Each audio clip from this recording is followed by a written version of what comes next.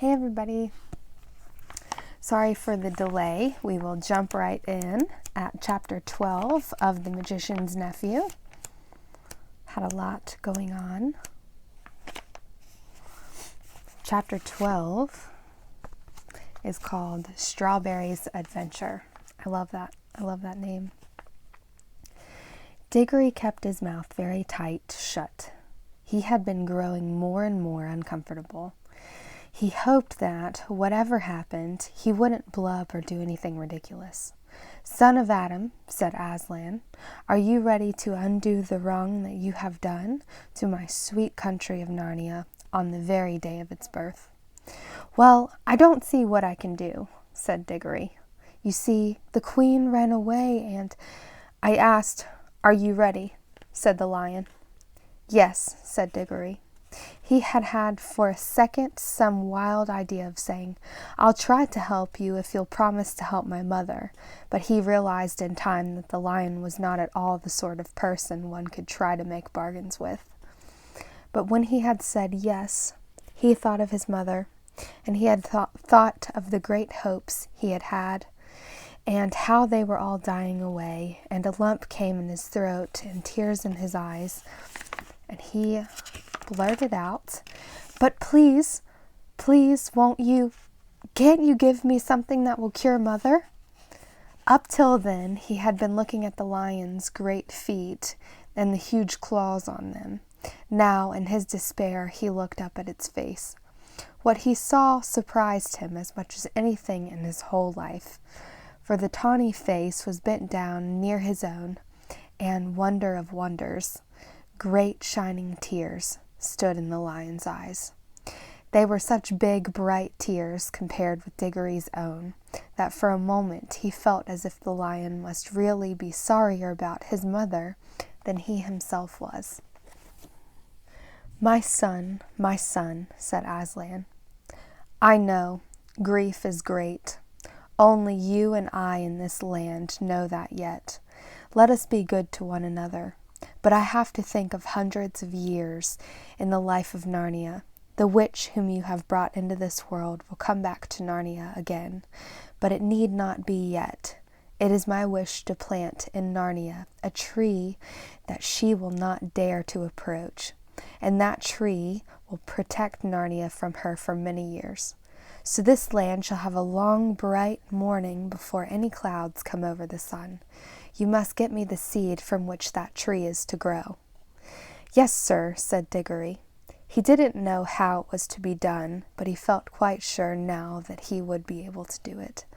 The lion drew a deep breath, stooped his head even lower, and gave him a lion's kiss. And at once Diggory felt that new strength and courage had gone into him. "Dear son," said Aslan, "I will tell you what you must do. Turn and look to the west and tell me, what do you see?" "I see terribly big mountains, Aslan," said Diggory. "I see this river coming down cliffs in a waterfall, and beyond the cliff there are high green hills with forests, and beyond those there are higher ranges that look almost black, and then, far away, there are big snowy mountains all heaped up together, like pictures of the Alps, and behind those there's nothing but sky." "You see well," said the lion. "Now the land of Narnia ends where the waterfall comes down, and once you have reached the top of the cliffs, you will be out of Narnia into the western wild. You must journey through those mountains till you find a green valley with a blue lake in it. Walled round by mountains of ice, at the end of the lake there is a steep green hill. On top of that hill there is a garden. In the center of that garden is a tree. Pluck an apple from that tree and bring it back."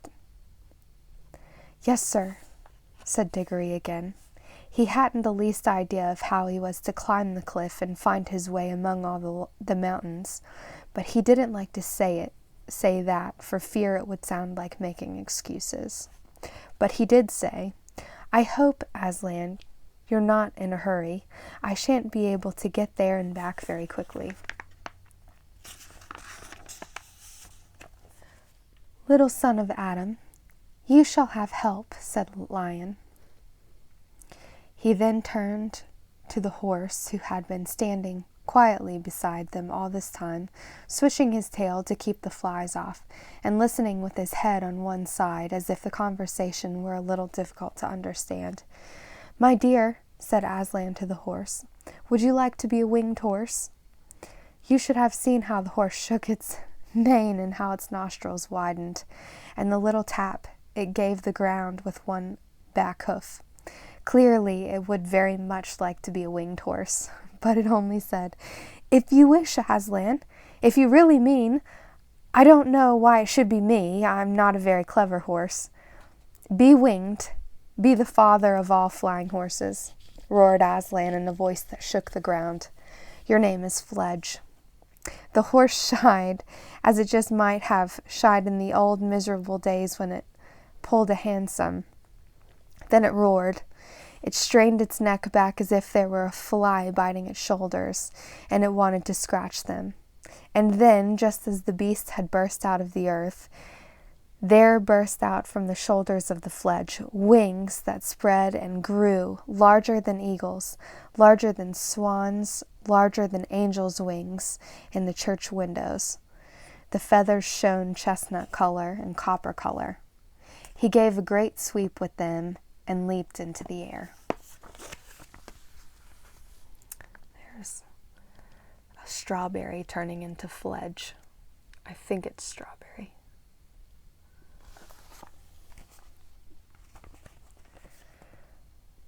"20 feet above Aslan and Diggory, he snorted, neighed, and curvetted, and then, after circling once round them, he dropped to the earth, all 4 hoofs together, looking awkward and surprised, but extremely pleased.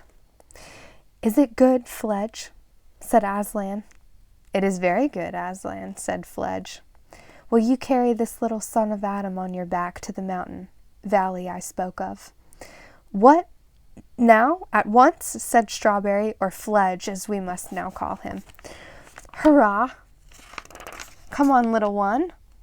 I've had things like you on my back before, long, long ago, when there were green fields and sugar." "What are the 2 daughters of Eve whispering about?" said Aslan, turning very suddenly on Polly and the cabbie's wife, who had in fact been making friends. "If you please, sir," said Queen Helen, for that is what Nellie, the cabman's wife, now was, "I think the little girl would love to go too, if it weren't no trouble." "What does Fledge say about that?" asked the lion. "Oh, I don't mind, too, not when they're little ones," said Fledge, "but I hope the elephant doesn't want to come as well." The elephant had no such wish, and the new king of Narnia helped both the children up. That is, he gave Diggory a rough heave and set Polly as gently and daintily on the horse's back as if she were made of china and might break. "There they are, Strawberry, Fledge, I should say. This is a rum go." "Do not fly too high," said Aslan. "Do not try to go over the tops of the great ice mountains. Look out for the valleys, the green places, and fly through them. There will always be a way through. And now, begone with my blessing." "Oh, Fledge," said Diggory, leaning forward to pat the horse's glossy neck. "This is fun. Hold on to me tight, Polly." Next moment the country dropped away beneath them and whirled round as Fledge, like a huge pigeon, circled once or twice before setting off on his long westward flight. Looking down, Polly could hardly see the king and queen, and even Aslan himself was only a bright yellow spot on the green grass. Soon the wind was in their face, and Fledge's wings settled down to a steady beat. All Narnia, many-colored with lawns and rocks and heather and different sorts of trees, lay spread out below them, the river winding through it like a ribbon of quicksilver. They could already see over the tops of the low hills which lay northward on their right. Beyond those hills a great moorland sloped gently up and up to the horizon. On their left the mountains were much higher, but every now and then there was a gap when you could see, between steep pine woods, a glimpse of the southern lands that lay beyond them, looking blue and far away. That'll be where Archenland is, said Polly. Yes, but look ahead, said Diggory.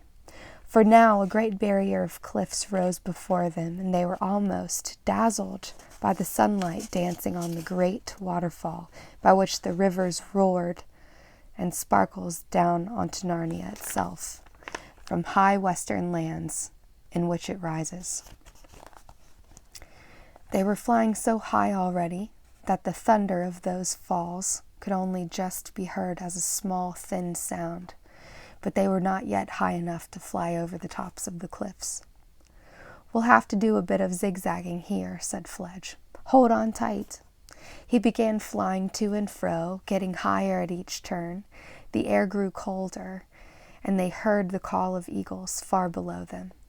I say, look back, look behind, said Polly.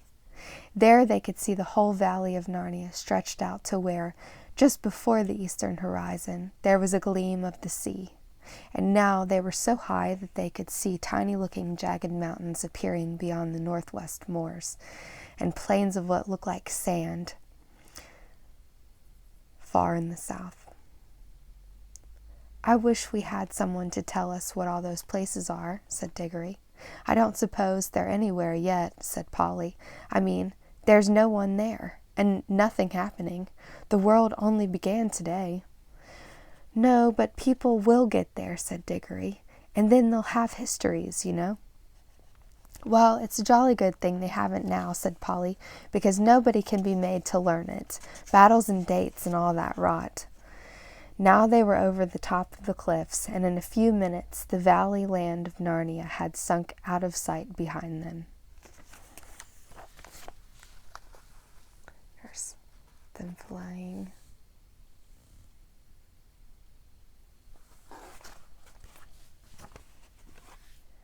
They were flying over a wild country of steep hills and dark forests, still following the course of the river. The really big mountains loomed ahead. But the sun was now in the travelers' eyes, and they couldn't see things very clearly in that direction. For the sun sank lower and lower till the western sky was all like one great furnace full of melted gold, and it set at last behind a jagged peak, which stood up against the brightness, as sharp and flat as if it were cut out of cardboard. It's none too warm up here, said Polly. And my wings are beginning to ache, said Fledge. There's no sign of a valley with a lake in it, like what Aslan said. What about coming down and looking out for a decent spot to spend the night in? We shan't reach that place tonight. Yes, and surely it's about time for supper, said Diggory. So Fledge came lower and lower, and as they came down nearer to the earth and among the hills, the air grew warmer, and after traveling so many hours with nothing to listen to but the beat of Fledge's wings, it was nice to hear the homey and earthy noises again, the chatter of the river on its stony bed and the creaking of the trees in the light wind. A warm and good smell of sun-baked earth and grass and flowers came up to them. At last Fledge alighted. Diggory rolled off and helped Polly to dismount. Both were glad to stretch their stiff legs. The valley in which they had come down was in the heart of the mountains. Snowy heights, one of them looking rose-red in the reflections of the sunset, towered above them. I am hungry, said Diggory. Well, tuck in, said Fledge, taking a big mouthful of grass. Then he raised his head, still chewing, with bits of grass sticking out on each side of his mouth like whiskers, and said, Come on, you two, don't be shy. There's plenty for us all. But we can't eat grass, said Diggory. Said Fledge, speaking with his mouth full. Well, I don't know quite what you'll do then. Very good grass, too.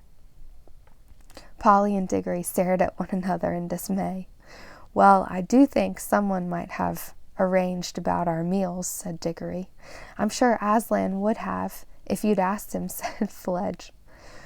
Wouldn't he know without being asked, said Polly. I've no doubt he would, said the horse, still with his mouth full, but I've a sort of idea he likes to be asked. But what on earth are we to do? Asked Diggory. I'm sure I don't know, said Fledge. Unless you try the grass, you might like it better than you think. Oh, don't be silly, said Polly, stamping her foot. Of course humans can't eat grass, any more than you could eat a mutton chop. For goodness sake, don't talk about chops and things, said Diggory. It only makes it worse. Diggory said that Polly had better take herself home by ring and get something to eat there. He couldn't himself because he had promised to go straight on his message for Aslan. And if once he showed up again at home, anything might happen to prevent his getting back. But Polly said she wouldn't leave him, and Diggory said it was jolly decent of her. I say, said Polly, I've still got the remains of that bag of toffee in my jacket. It'll be better than nothing. A lot better, said Diggory, but be careful to get your hand into your pocket without touching the ring.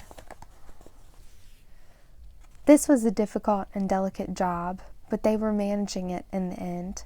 The little paper bag was very squashy and sticky when they finally got it out, so that it was more a question of tearing the bag off the toffees than of getting the toffees out of the bag. Some grown-ups, you know how fussy they can be about that sort of thing, would rather have gone without supper altogether than eaten those toffees. There were 9 of them, all told. It was Diggory who had the bright idea of eating 4 each and planting the 9th, for as he said, if the bar of the lamp-post turned into a little light tree, why shouldn't this turn into a toffee tree? So they dibbled a small hole in the turf and buried the piece of toffee. Then they ate the other pieces, making them last as long as they could. It was a poor meal, even with all the paper. They couldn't help eating as well. When Fledge had quite finished his own excellent supper, he lay down. The children came and sat one on each side of him, leaning against his warm body. And when he had spread a wing over each, they were really quite snug. Here they are.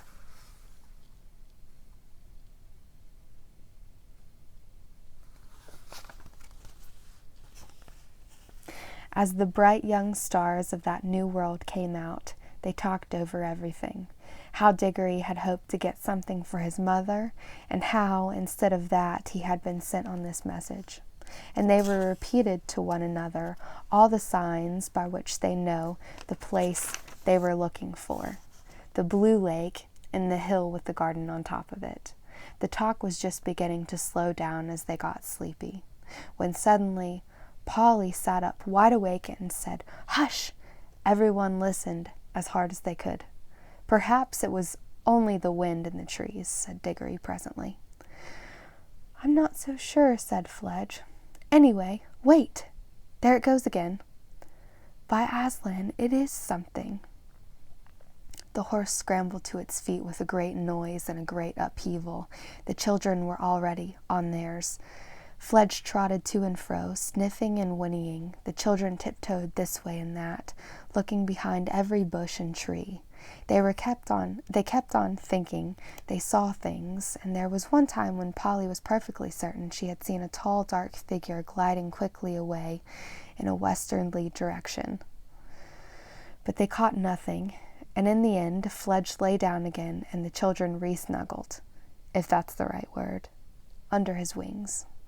They went to sleep at once. Fledge stayed awake much longer, moving his ears to and fro in the darkness, and sometimes giving a little shiver with his skin as if a fly had lighted on him.